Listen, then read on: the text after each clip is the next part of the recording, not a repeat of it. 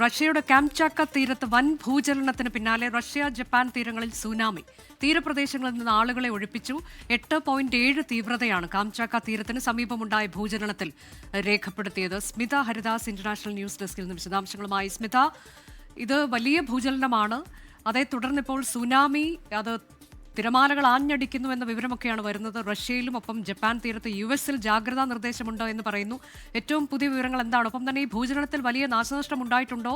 അതിന്റെ വിവരങ്ങളൊക്കെ പുറത്തു വരാൻ തുടങ്ങിയോ? അനുജ, 8.7 തീവ്രത രേഖപ്പെടുത്തിയ ഭൂചലനമാണ് റഷ്യയിൽ ഉണ്ടായിരുന്നത്. സുനാമി മുന്നറിയിപ്പുകൾ ഉണ്ടായിരുന്നു. പാസിഫിക് സമുദ്രത്തിന്റെ തീരപ്രദേശങ്ങളിലാണ് സുനാമി മുന്നറിയിപ്പുകൾ ഉണ്ടായിരുന്നത്. 3 മുതൽ 10 മീറ്റർ വരെ ഉയരത്തിൽ തിരമാലകൾ ആഞ്ഞടിക്കുമെന്ന മുന്നറിയിപ്പ്. അതിനെ തുടർന്ന് ജപ്പാനിലും റഷ്യയുടെ ചില തീരപ്രദേശങ്ങളിലും വൻ തിരമാലകൾ ആഞ്ഞടിക്കുന്നതിന്റെ ദൃശ്യങ്ങൾ ഇപ്പോൾ പുറത്തു വന്നിട്ടുണ്ട്. ജപ്പാനിൽ പലയിടങ്ങളിലും മുന്നറിയിപ്പുകളുണ്ട്.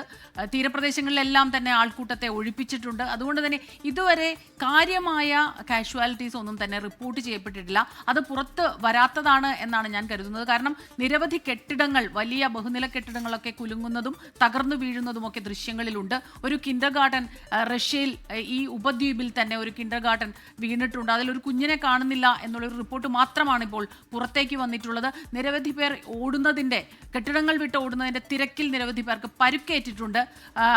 വിമാനത്താവളത്തിൽ കെട്ടിടത്തിന്റെ മുകളിൽ നിന്ന് ഒരു സ്ത്രീ പുറത്തേക്ക് ചാടി, അത് വലിയ ഗുരുതരമായ പരുക്കിലേക്ക് പോയിട്ടുണ്ട്. ഇത്തരം വിവരങ്ങൾ മാത്രമാണ് ഇപ്പോൾ ഈ പരുക്കുകൾ അല്ലെങ്കിൽ മറ്റ് കാഷ്വാലിറ്റികളായി പുറത്തു വരുന്നത്. പക്ഷേ ഏറ്റവും പ്രധാനപ്പെട്ട ഒരു കാര്യം, റഷ്യയിലെ കംചത്ക ഉപദ്വീപിലാണ് ഈ ഭൂകമ്പം ഉണ്ടായത്.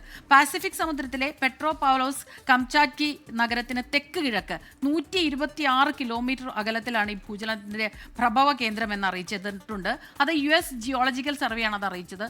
അമേരിക്കയിലെ ചില പ്രദേശങ്ങളിൽ, അതായത് ഹവായിലും അലാസ്കയിലും ഈ മുന്നറിയിപ്പുകളുണ്ട്. President Donald Trump stay safe and stay strong എന്ന് ജനങ്ങളോട് അറിയിച്ചിട്ടുണ്ട്. പക്ഷേ ഇതുവരെ അമേരിക്കയിലെ തീരപ്രദേശങ്ങളിലൊന്നും തന്നെ, പസഫിക് സമുദ്രത്തിന്റെ തീരപ്രദേശങ്ങളിലൊന്നും തന്നെ ഇത്തരത്തിലുള്ള ഒരു കാഷ്വാലിറ്റിയും അല്ലെങ്കിൽ സുനാമി മുന്നറിയിപ്പുകളൊന്നും വന്നിട്ടില്ല എന്നുള്ളതാണ്. സുനാമി ആഞ്ഞടിച്ചതായി വന്നിട്ടില്ല. പക്ഷേ 8.7 റിക്ടർ സ്കെയിലിൽ രേഖപ്പെടുത്തിയ ഒരു ഭൂകമ്പം എന്ന് പറയുമ്പോൾ അനുജ, 1952 ഇതിനു മുമ്പ് റഷ്യയിൽ ഇതുപോലൊരു ഭൂകമ്പം ഉണ്ടായിട്ടുള്ളത്.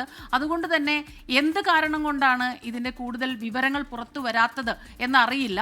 ഏതായാലും വരും നിമിഷങ്ങളിൽ കൂടുതൽ വിവരങ്ങൾ പുറത്തു വരുമെന്ന് തന്നെയാണ് നമ്മൾ പ്രതീക്ഷിക്കുന്നത്. കാംചാക്ക തീരത്തിന് സമീപമാണ് 8.7 തീവ്രതയിൽ ഭൂകമ്പം ഉണ്ടായത്. അതിന്റെ നാശനഷ്ടങ്ങൾ ഉണ്ടായിട്ടുണ്ടോ തുടങ്ങിയ വിവരങ്ങളൊക്കെ ഇപ്പോൾ പുറത്തു വന്നിട്ടില്ല.